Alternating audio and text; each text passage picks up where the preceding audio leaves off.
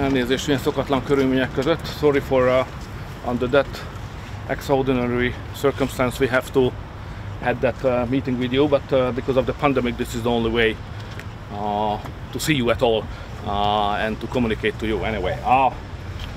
So if you have any question, I'm ready to answer, but first of all, may I just give you some nutshell summary where we are in the summit, I mean. So basically we have still 4 major confrontational issues, which is the obstacle to reach an agreement up to now.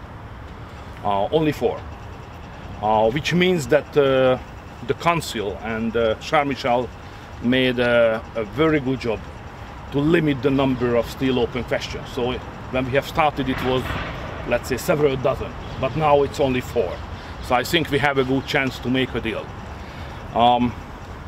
It's obvious the reason why we were able to reduce the number of disagreed points is basically that we are all aware how serious the situation is. It's dramatic anyway, economically.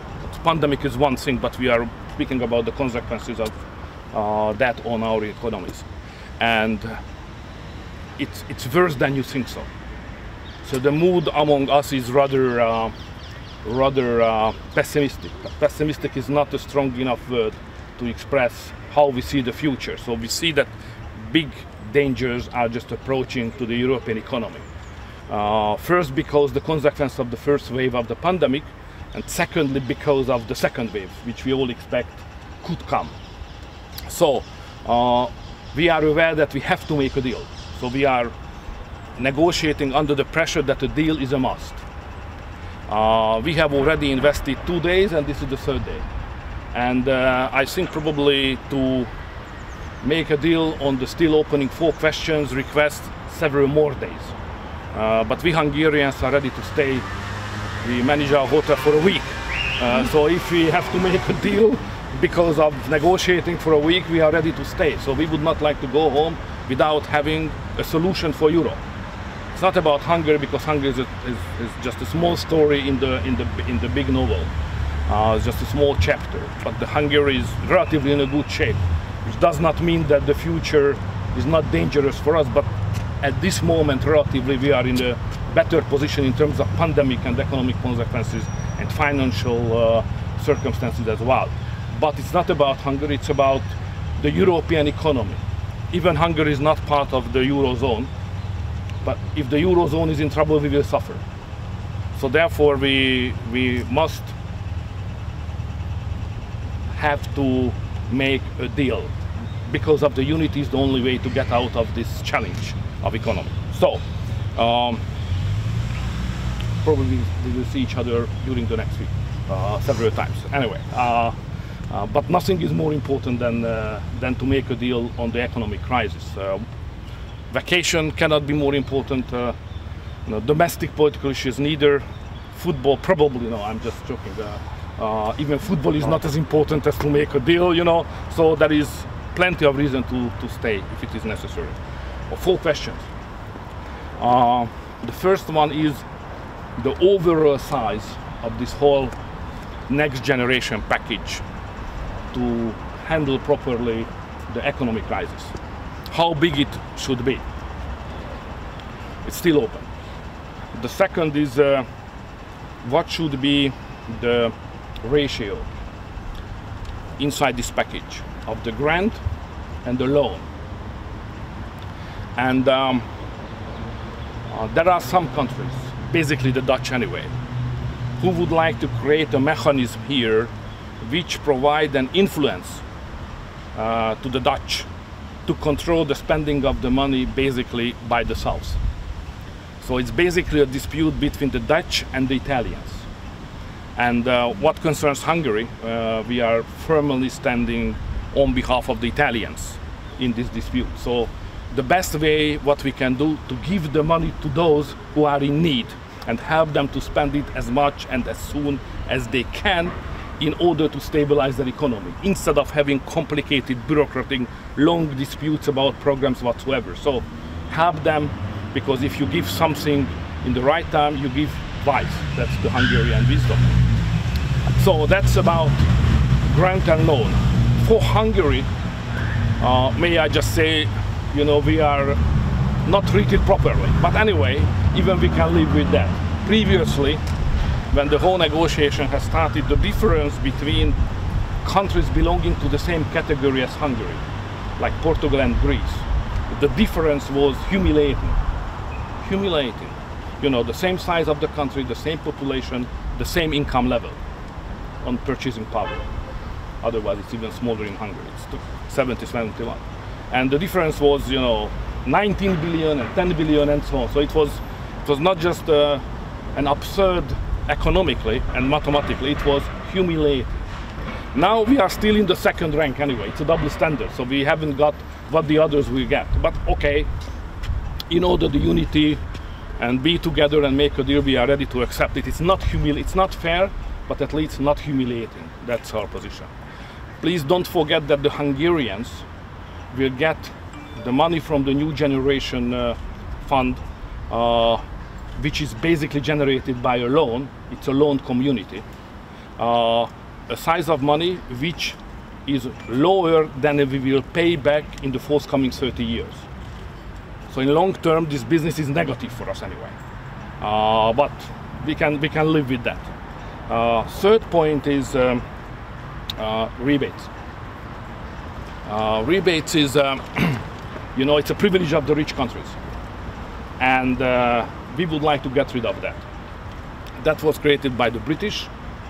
Brexit happened. Rebate should leave also. So we should get rid of it. Because it's a privilege. There is no, because of British got it, it was logical to keep some equilibrium to provide it for some other countries as well. Because of the British. But no, British are not here anymore. So it's simply a privilege. A very, like it was for the aristocrats in the 19th century. So if you would like to be equal, we simply should get rid of it. But the rich countries insist on. They don't move even a single step. Which is a problem anyway. It could be the final problem, the biggest one. And the fourth one is rule of law. What's going on is a little bit strange, because there is a 100% agreement on the rule of law. So everybody said, as Macron formulated, President Macron formulated, that rule of law is existential. And it's correct. So if somebody is not ready to accept the rule of law, should leave the European Union immediately. So it should not be punished by money or something. I have to say, goodbye, son. Goodbye, guys. Because this community is based on rule of law. And we like that approach. It's okay. The other issue is how we can strengthen the financial control of spending the money, which we have procedures and institutions. And if the Commission wishes so, we can make it stronger. That's fine. But the proposal is not to make stronger the financial control, neither to be more clear on the rule of law procedure, but they would like to create a new mechanism. So it's not the old rule of law mechanism related to the budget. This is not the case. That would be obviously request a modification of the treaty. So therefore the idea is to create a new rule of law mechanism. And to create a new mechanism and instrument takes, you know, a long time to be negotiated, because it's a legal instrument. It must be precise, accurate, clarity, and so on and so on. So if you would like to do so, we are not against it. Let's discuss it. But it takes weeks. We are ready to do so, but a new legal instrument and mechanism must be the proper one. So that's where we are. Who are the main fighters? Red box, the Dutch. Blue corner, Hungary. So that's so simple. I don't know what is the personal reason for the Dutch Prime Minister to hate me or Hungary, but he is attacking so harshly and making very clear that because Hungary, in his opinion, does not respect the rule of law, must be punished financially. That's his position, which is not acceptable, because there is no decision about what is the rule of law situation in Hungary. We are ready, and I initiated anyway a proposal just during this summit to ask the Germans to give a guarantee that the European Council will negotiate and make a decision on the rule of law procedure against Hungary. Do it, please. Instead of creating a new mechanism, complete what we already have. and what was initiated. So please make a decision on Hungary as soon as you can.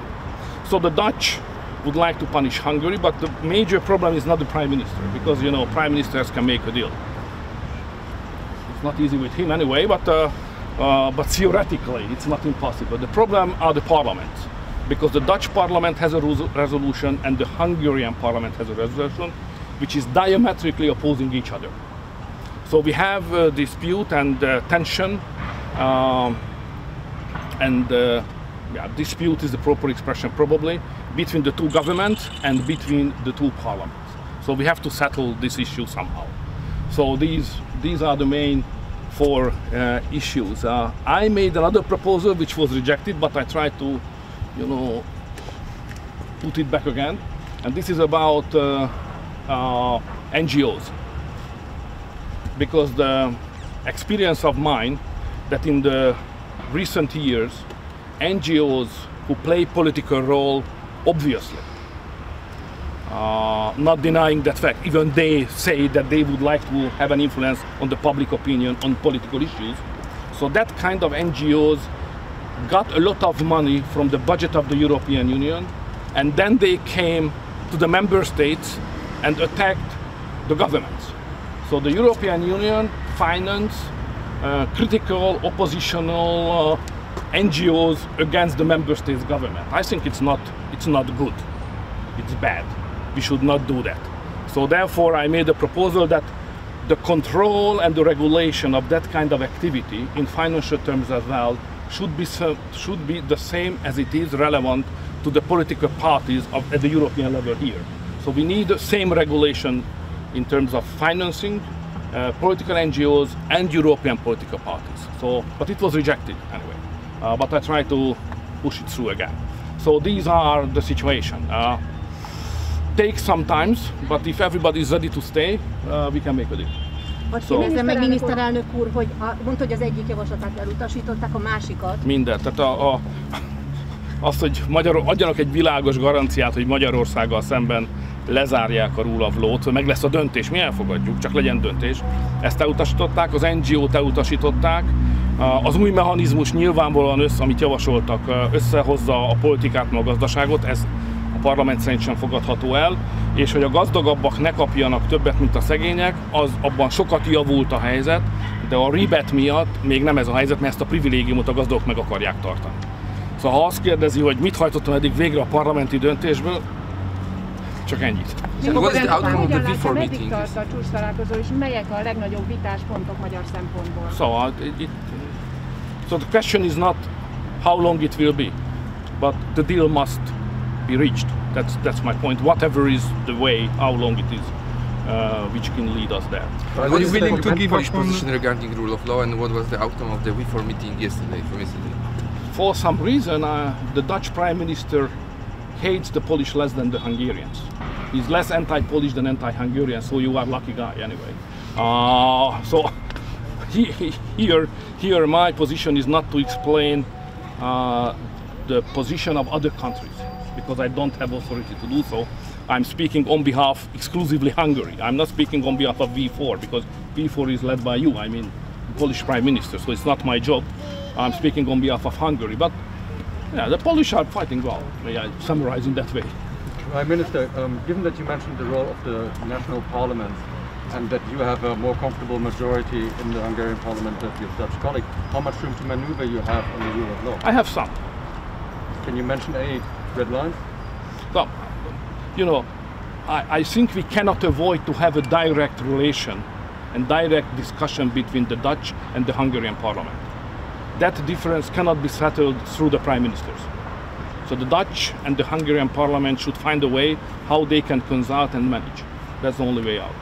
Magyarország egyébként ragaszkodik az egyhangú döntéshozatalhoz a Rule of Law csomagban? Tegnap még ugye ez volt az állás, hogy otthon. Igen, de a vita nem az egyhangúságról szól, hanem arról, hogy akarunk-e bevezetni egy új mechanizmus. So the discussion is not about rule of law and unanimity. The dispute is going on that some, led by the Dutch, would like to introduce a new mechanism, a new instrument, which did not exist up to now. So it's not about the modification of the already existing legal scheme. make an addition or something like that. No, it's a new mechanism. The text says that this is clearly separated from any rule of law mechanism. It's a new mechanism. I think it's questionable whether it has a basis in the treaty at all. So probably the conclusion of that discussion could be that we have to create a treaty basis for that. But anyway, so it's a new mechanism. And new mechanism must be, because it's a legal mechanism, must be very well defined in terms of categories we use and the procedure as well. You know, I'm coming from an ex-communist country. How was that under the communist regime 30 years ago? You know? When the communist regime decided to attack us, even me personally, they use unclarified legal terms, exactly the same which is written in the proposal of the Dutch man. He used communist terms. He's not aware of that, but he used exactly the same one, saying general deficiencies. So when I was arrested by the police and I asked them what I have done which is illegal, and they said general deficiencies. What the hell does it mean? You know? And then the other term the Dutch guy used, the Dutch Prime Minister used in the paper is it's not necessary to do a crime or to transgress the law. If the risk is there, the procedure could be initiated. You know, the risk, that was the communist style. I have done nothing, but they said, oh, but it's risky how you behave here, you know. So these guys who inherited freedom, rule of law, and political democracy, they don't have any experience what we have who personally fought for that. So they inherited freedom. We fought for that. We have different experiences. They use terms which are dangerous because it was used against us. So, but despite this ridiculous elements of this proposal anyway, I try to take it seriously and to say, okay guys, if you would like to create a new mechanism, let's negotiate seriously in legal terms. Do it. So we are ready to do so even for days. But otherwise, are you ready to block the whole deal if you don't find an agreement on rule of law? It's not me. You know, I initiated nothing in that respect. So we have to clarify that if the deal is blocked, it's not because of me, but because of the Dutch guy. Because he initiated something. So I'm standing on the status quo as it is today, in regulation of rule of law, financial control of the budget and all that kind of thing. So I think it's okay.